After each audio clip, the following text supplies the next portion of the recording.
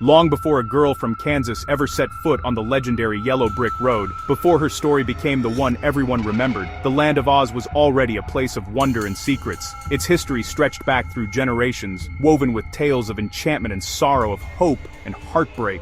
The land of Oz was a realm where deep magic pulsed beneath the surface, but so too did deep troubles. Every shadow in the forest seemed to whisper of old wounds and ancient feuds, and every glimmer of light was hard-won. Cities of sparkling emeralds rose from the earth like dreams made real, and forests where flowers sang and trees danced painted a world that dazzled the senses. The air itself shimmered with possibility, and every corner promised a new marvel. Yet, beneath all the beauty, a shadow of fear and mistrust lingered, creeping through alleyways and across open fields alike. The people of Oz could never quite shake the feeling that something was amiss. The people lived with a constant sense of unease, as if the land itself was holding its breath, waiting for a storm that never seemed to break.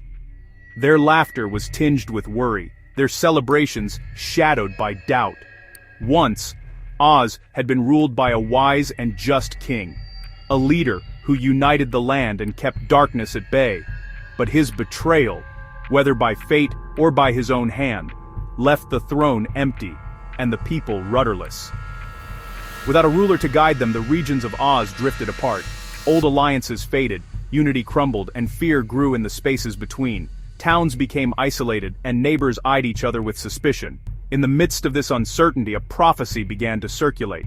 A tale of a powerful wizard who would fall from the sky and restore peace to the fractured land. It was a story passed from parent to child, whispered in the dark. This prophecy became a spark of hope in the growing darkness, a single flame that refused to be snuffed out. For many, it was the only thing that kept despair at bay. The people of Oz waited, day after day, gazing at the sky and dreaming of a savior who would mend their broken world. Their hopes soared with every shooting star, and their hearts ached for deliverance. But hope, as it often does, became a double-edged sword. Desperation made the people vulnerable, ready to believe in anyone who might fit the prophecy, no matter how little they truly knew. In this atmosphere of longing and uncertainty, a different kind of magic began to take hold. A magic born not from spells or potions, but from the collective dreams and fears of a people searching for meaning. The prophecy became a shared dream, a story everyone clung to, but it was dangerously simple. It offered hope, but also blinded them to the complexities of truth. The ancient scrolls spoke only of a wizard's arrival, never of his character, his heart, or his intentions. The prophecy was vague, leaving much to the imagination and to the fears of the people.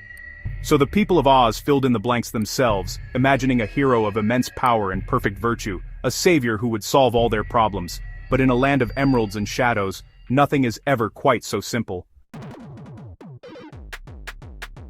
Far from the magical land of Oz, in a place untouched by wonder or enchantment, the world was a patchwork of dust, dreams, and disappointment. Here, the horizon stretched endlessly, and the only magic was the kind you could fake.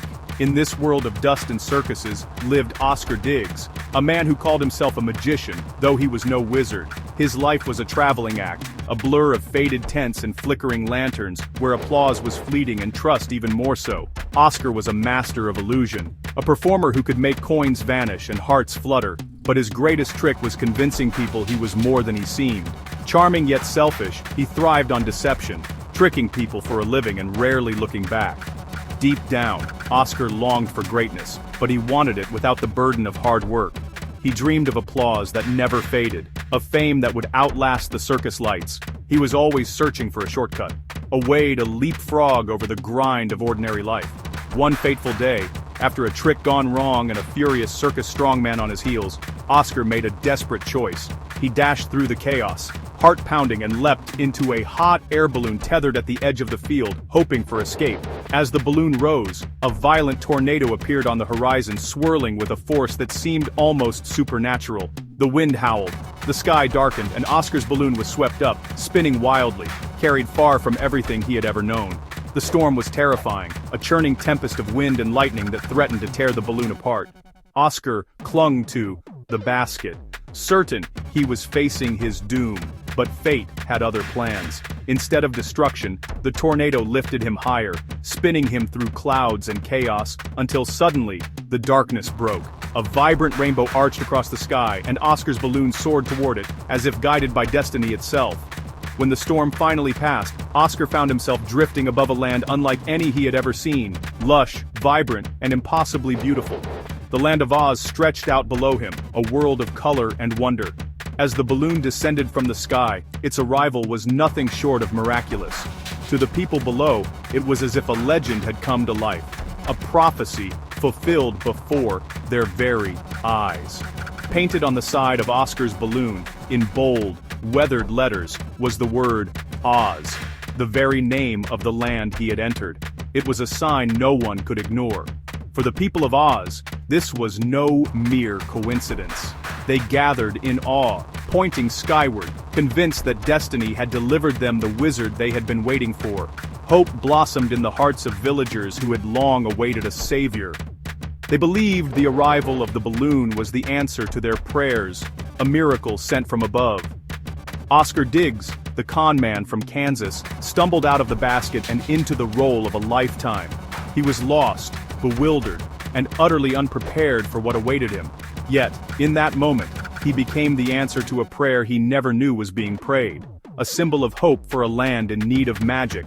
The stage was set for a grand performance, with the fate of Oz hanging in the balance, and Oscar Diggs at the center of it all, about to play the greatest role of his life. When Oscar Diggs crash-landed in Oz, he found not a land of wonder and harmony, but a kingdom torn apart by suspicion and strife. The once glorious realm was fractured, its people divided by old wounds and new fears. The air itself seemed heavy with uncertainty, as if the land was holding its breath, waiting for something, or someone, to change its fate.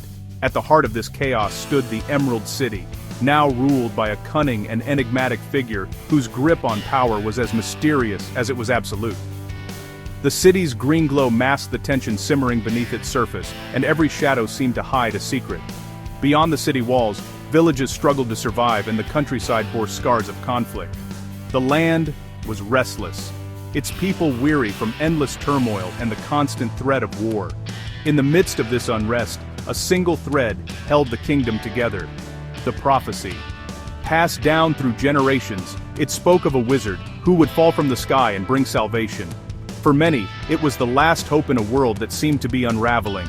The prophecy became a beacon, a shared dream that united the people of Oz. It gave them something to believe in, a reason to stand together, despite their differences and fears. Its words were simple, yet powerful. A wizard would descend from the heavens, and with his arrival, peace would return.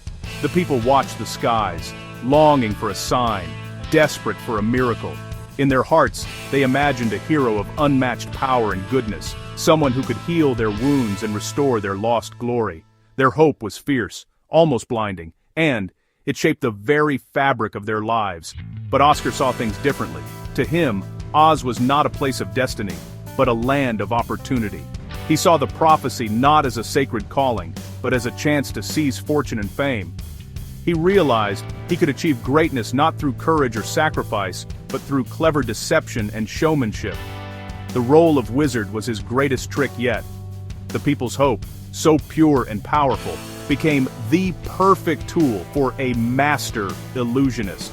Oscar knew how to turn belief into power, and he intended to use it to his advantage. In this high-stakes game, Oscar was the wild card, unpredictable, dangerous, and full of surprises. He was the piece no one expected, the element that could tip the balance of fate. Though he possessed no real magic, Oscar understood that the illusion of power could be just as potent as the real thing. In Oz, appearances could shape reality. The stage was set for a performance unlike any other. With the fate of Oz hanging in the balance, Oscar Diggs prepared to play the role of a lifetime, one that would decide the destiny of an entire kingdom. At the center of Oz's politics were three powerful witches, sisters with a complicated relationship. Theodora, a hopeful witch, believed in the prophecy and fell for Oscar. Evanora, the royal advisor, saw Oscar as a tool for her ambitions. Glinda, the good witch, was skeptical of Oscar's arrival. The sisters represented Oz's divided soul hope, ambition, and wisdom. Theodora's innocence made her powerful yet vulnerable. Evanora's cunning hid her true intentions behind a charming smile. Glinda's wisdom came from seeing beyond appearances. Oscar landed in the middle of their complex dynamic. His fate, and Oz's, would be shaped by his interactions with these women. The sisters' stories were the true heart of Oz's magic and misery. Oscar's arrival was a catalyst for change in their tangled histories. Oscar Diggs, a performer, found Oz to be the grandest stage. He used tricks and showmanship to convince the people he was the wizard. Evanora encouraged his deceptions, promising the throne if he defeated a wicked witch. Oscar set off on a quest, armed with gadgets and tricks. His journey built his legend, using smoke bombs and chemical reactions. The people saw magic in his science, and the legend grew. Oscar was terrified, a fraud in a land of real magic. His rise to power was a story of a lie that grew into a life of its own. He was building a kingdom on a foundation of smoke and mirrors.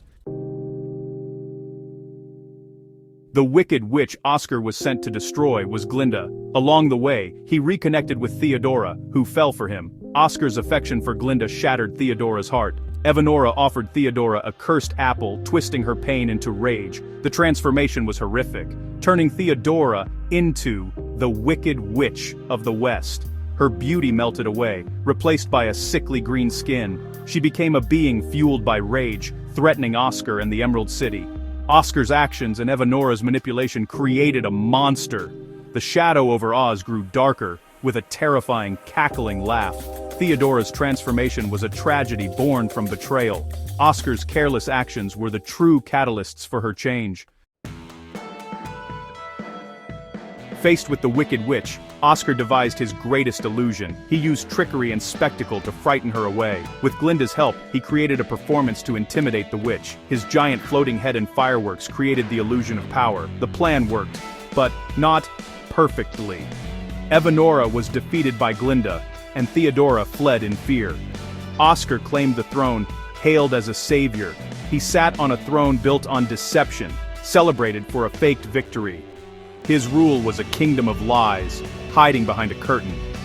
He was a king of a kingdom of lies, forever maintaining the illusion. Oscar settled into his role as the Wizard of Oz, a symbol of hope. He became a story the people told themselves to feel safe. The citizens believed they were protected by an all-powerful wizard. Oscar retreated from public life, enhancing his mystique. He became a legend more than a man. He offered symbols, not magic, to those seeking help. The power was in the journey, not the wizard. Oscar was a lonely figure, trapped by his own success. He brought peace to Oz, but it was built on false hope. He was a good man, pretending to be great, not a hero. He was just a man behind a curtain, hoping no one would discover the truth. The story of Dorothy was the next chapter in Oz's tale. As years passed, Oz existed in a delicate balance. The Emerald City thrived on the belief in a mighty wizard. The city prospered, a beacon of order in a troubled land. The wizard was a fragile symbol, easily broken. Outside the city, problems remained, hidden away. Twixensau. Aibertas duru weinsens mine.